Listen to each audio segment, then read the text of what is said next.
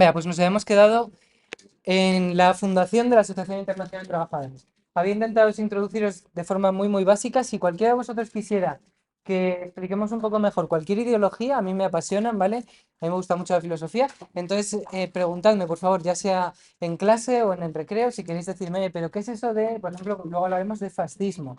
Pues lo explicamos. O qué es el socialismo, qué es el comunismo. Todo este tipo de ideologías, yo las explico y ya a partir de ahí vosotros entiendo que buscáis informaros, pero si quisierais que yo informara más, pedídmelo, por favor.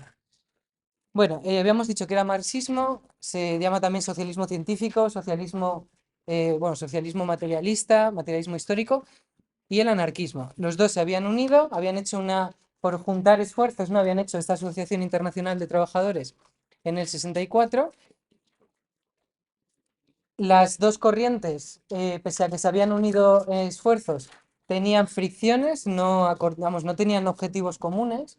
El anarquismo no quiere participar en política, por ejemplo, mientras que el socialismo sí que acepta participar en política. El anarquismo cree que hay que abolir el Estado, mientras que el socialismo sí que aboga por tener un Estado controlado por la clase obrera. Bueno, pues esas fricciones tienen su propia historia, ¿vale? Pero lo que nosotros tenemos que saber desde el punto de vista de nuestra asignatura es que en el 72, del 64 al 72 existe, pero en el 72 se dividen en dos grupos, ¿vale? Discuten y anarquismo y socialismo se separan, se bifurcan los caminos, cada uno va a ir por su camino. Los anarquistas de Bakunin siguieron diciendo que ellos eran esa internacional obrera, ¿vale? La AIT, la Asociación Internacional de Trabajadores, los anarquistas dirán que ellos siguen siendo esa asociación y que los que se han salido son los marxistas. Los marxistas se salen de la internacional y unos años después, en el 89, por motivo del centenario de la Revolución Francesa, deciden hacer una nueva Asociación Internacional de Trabajadores, pero solo con marxistas. Es decir, la Asociación Internacional de Trabajadores termina dividida en dos, una anarquista, otra socialista. Y esa segunda se llama la Segunda Internacional o la Internacional Socialista. Más adelante habrá una tercera internacional que será la Internacional Comunista. Pero de momento, como estamos en siglo XIX, nos quedamos con las dos. Una que se mantiene anarquista y una que surgirá más tarde, socialista. Y ahora vamos a España, ¿vale? Os decía ayer que cuando toméis notas os recomiendo que os fijéis en el punto en el que estamos, ¿no? Ahora pasamos al cuarto, el movimiento obrero en España, ¿vale? Cómo esa Asociación Internacional de Trabajadores va a afectar a España. Bien,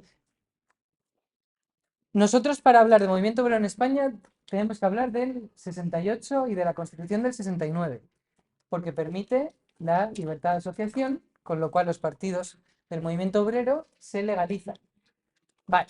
Entonces, en ese contexto del sexenio democrático, de legalidad de formación de partidos políticos, en el 68 los anarquistas de Bakunin mandan a un emisario a que funde una federación regional anarquista en España. Es decir, hacer una federación dentro de España de esa Asociación Internacional Obrera Anarquista.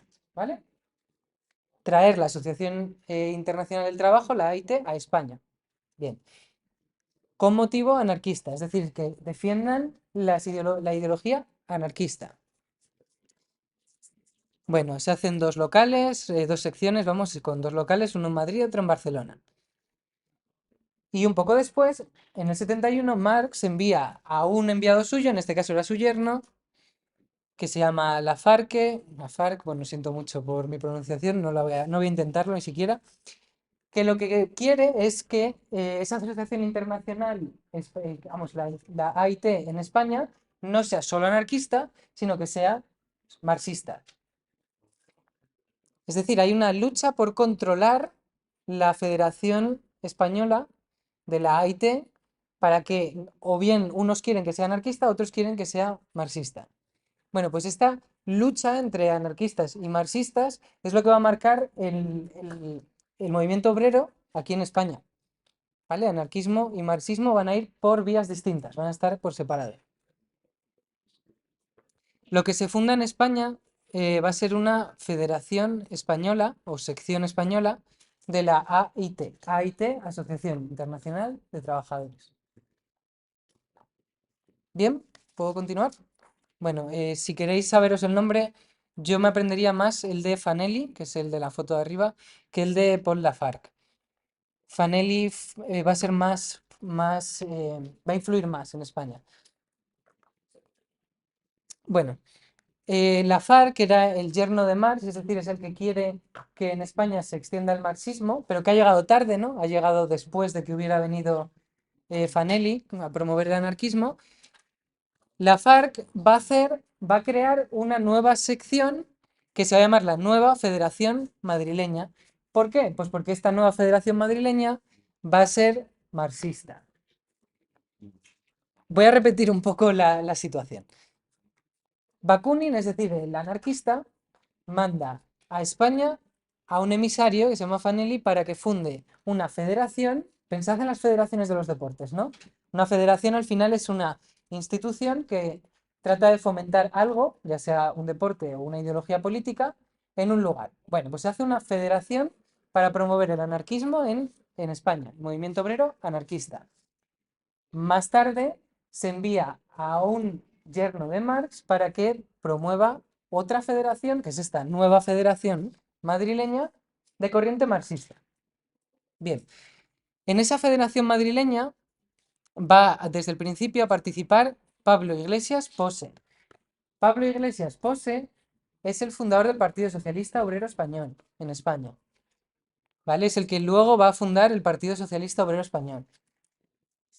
Con lo cual ya vemos que las consecuencias de estas dos federaciones van a ser muy importantes para España. Bueno, en 1872 ya os he dicho que es cuando la AIT, la Asociación Internacional de Trabajadores, se divide, ¿no? Y los marxistas se salen de ella. Pues, ¿qué va a pasar cuando ocurra esa escisión entre anarquismo y marxismo? Pues que la federación de la AIT en España va a mantenerse anarquista. Y esto va a hacer que el movimiento obrero español vaya a ser principalmente anarquista. Es decir, en España durante el siglo XIX el movimiento obrero español fue sobre todo anarquista, mientras que los marxistas eran una minoría. Más adelante, ya en el siglo XX, el Partido Socialista Obrero Español se va a ir haciendo más popular y terminará habiendo más marxistas que anarquistas. Pero al inicio, en el siglo XIX, el movimiento obrero era sobre todo anarquista en España. Se consolidaba el predominio de la corriente anarquista en el movimiento obrero español. Vale. Ahora, estábamos hablando de que todo esto ocurre durante el sexenio democrático. Cuando se cree la Primera República Española, la Federación de la AIT, la Federación Española, no quiso participar en las elecciones. Es decir, el movimiento obrero no va a participar en la política de la Primera República. Van a rechazar participar en la política. Ya hemos dicho que el anarquismo no quiere participar, ¿no? No participa del Estado. Pero es que los marxistas tampoco van a querer. Con lo cual se va a desaprovechar, no se va a utilizar una oportunidad de que el movimiento obrero hubiera apoyado a la República. Eso podría haber hecho que la República fuera más fuerte, ¿no? Y a lo mejor no habría ocurrido que cayera tan pronto, tan rápido. Una ucronía es cuando tú te planteas qué habría pasado si en el pasado hubiera ocurrido las cosas de una forma distinta, ¿no? Podríamos plantearnos esa ucronía. ¿Qué hubiera pasado si el movimiento obrero hubiera apoyado a la Primera República? Hubiera participado de la política. Además, el anarquismo se va a sumar al movimiento cantonalista, porque habíamos dicho que el cantonalismo era un movimiento que proponía la revolución social, ¿no? Primero tomar el poder por parte del pueblo y luego ya veremos cómo se organiza el Estado de la República. Entonces, que el cantonalismo sea derrotado va a suponer que la federación también va a ser derrotada, esa federación de la Asociación Internacional de Trabajadores en España. Cuando ocurra el golpe de Estado del 74, se va a ilegalizar esta asociación obrera, ¿vale? Entonces, el sexenio democrático es una especie de paréntesis en el que por unos años el movimiento obrero es legal, pero no se utiliza esa legalidad para apoyar al sistema político español. Bueno, y con eso ya hemos terminado. Lo que sería este punto.